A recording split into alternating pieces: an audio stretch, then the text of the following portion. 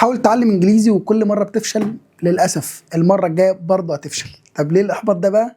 طيب خليك معايا 30 ثانيه وانا اقول لك احنا ليه مصعبين الموضوع ده على نفسنا. وايوه زي ما سمعت كده احنا، لان انا واحد منكم. بس قبل ما اكتشف المجموعه دي، في البدايه انا حابب اعرفك على الشاب ده. اسمه تيم دونر، شاب في اوائل العشرينات من عمره. الشاب ده بقى بيتكلم 20 لغه، ايوه زي ما سمعت كده 20 لغه. وانا سامعك وانت بتقول ده اكيد شاب معجزه او عنده قدرات خارقه مثلا. لا، انا عاوز اقول لك ان ده شاب عادي، وفي منه كتير كمان، ناس بتتكلم 10 لغات و15 لغه و20 لغه واكتر من 20 لغه كمان. وتعالى اقول لك على حاجه تانية كمان، الناس دي كلها في حاجتين مشتركين ما بينهم. الحاجه الاولانيه ان هم بيتباهوا ان هم بيتكلموا اللغه العربيه. ايه ده؟ اللغه العربيه؟ ايوه زي ما سمعت كده، اللغه العربيه مصنفه ان هي من اصعب 4 لغات في العالم. يعني انا وانت بنتكلم لغه من اصعب اللغات في العالم، امال مش عارفين نتكلم انجليزي ليه؟ ده خد الكبيره بقى، الانجليزي من اسهل اللغات في العالم. ثانيه واحده، يعني العربي بتاعنا من اصعب اللغات والانجليزي من اسهل اللغات ومش عارفين نتكلمه؟ ده احنا كده اللي عندنا مشكله بقى. وتعالى اقول لك المشكله بقى فين. المشكله في الحاجه التانيه المشتركه بين كل الناس اللي بتتكلم العدد اللغات الكبير ده، طريقه التعلم يا صديقي. احنا محتاجين نعرف ازاي نتعلم انجليزي صح. ازاي الناس دي وهي بتتعلم عدد اللغات الكتير قوي ده اتعلموا على اسس علميه، وسجلوا كل الطرق دي والمشاكل اللي قابلتهم اثناء تعلم عدد اللغات الكبير ده في كتب، علشان يمهدوا الطريق لاي حد بعد كده عاوز يتعلم هو كمان لغه جديده غير لغته الام. وهنا بقى بيجي دور البوكس ده ومستر عدنان عنتر. البوكس ده اللي فعلا هيغير تفكيرك عن تعلم اللغه الانجليزيه، لانه فعلا مبني على اسس علميه. ناس استخدمت الاسس دي عشان تتعلم 10 و15 و20 لغه، ما بالك انت عاوز تتعلم لغه واحده بس اللي هي الانجليزي. وخليني اوضح لك ببساطه فكره الكتاب ده. دلوقتي اللغه العربيه اللي هي من اصعب لغات العالم انت اتعلمتها ازاي؟ بكل بساطه، وانت طفل سمعت من اهلك جمل في مواقف الحياه المختلفه، زي عاوز اكل، عاوز اشرب، عاوز اروح الحمام، عاوز العب. ومع التكرار بدات تفهم وتكرر الجمل دي، فطلعت بتتكلم لغه عربيه. خدت بالك من حاجه هنا؟ قواعد اللغه العربيه والنحو.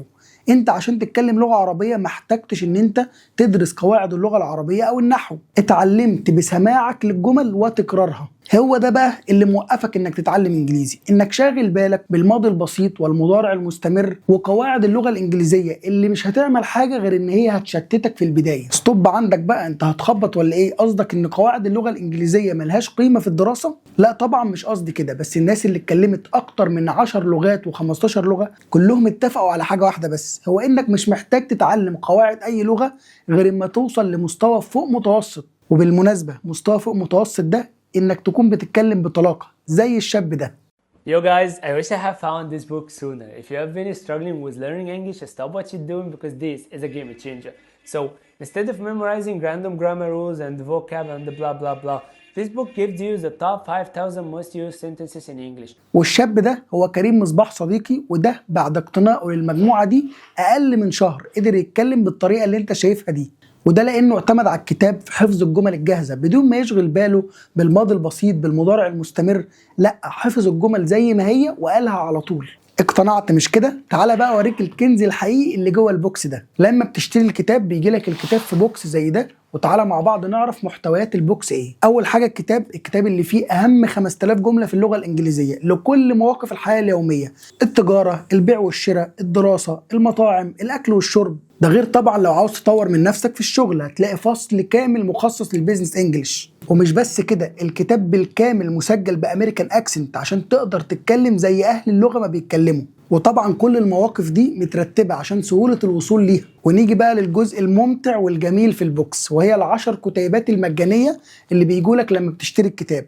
ال10 كتيبات اللي فعلا هيسهلوا الطريق عليك جدا في رحلتك لتعلم الانجليزي. ومن الكتب الجميله جدا في ال10 كتيبات دول عمل بلا اعذار، اللي فعلا هيساعدك ويفيدك مش بس في انك تتعلم انجليزي، لا، في انك تكتسب اي مهاره تانية. لانه بيعلمك ازاي تنظم وقتك وازاي تتغلب على المشتتات الكتيره جدا: فيسبوك، تيك توك، انستجرام، خروج، سهر، افلام، مسلسلات. كل دي حاجات بتخلي عقلنا مشتت، مش عارفين تدرس حاجه، تذاكر حاجه، تطور مهاراتك في حاجه. فالكتيب ده بقى هيساعدك جدا في حاجه زي كده. كتاب ذاكره ضد النسيان، الكتاب اللي انا فعلا بشبهه بالاوميجا 3 لانه منشط جدا للذاكره، وفعلا لما تقراه هتفهم قصدي وتحقق المقوله اللي مكتوبه هنا، دليلك نحو تذكر وتعلم كل ما تريده. وكتاب ازاي تتعلم انجليزي زي الاطفال، وطبعا شرحت لكم الطريقه في اول الفيديو. وانترفيو بلا اخطاء، الانترفيو اللي كلنا بنقع فيه لو رايح تعمل اول مره انترفيو باللغه الانجليزيه، ده هيساعدك فعلا انك تفهم المعنى من ورا كل سؤال في الانترفيو وازاي تجاوبه صح. وكتاب الخريطه اللي فعلا يعتبر من اهم الكتب في ال10 كتيبات دول،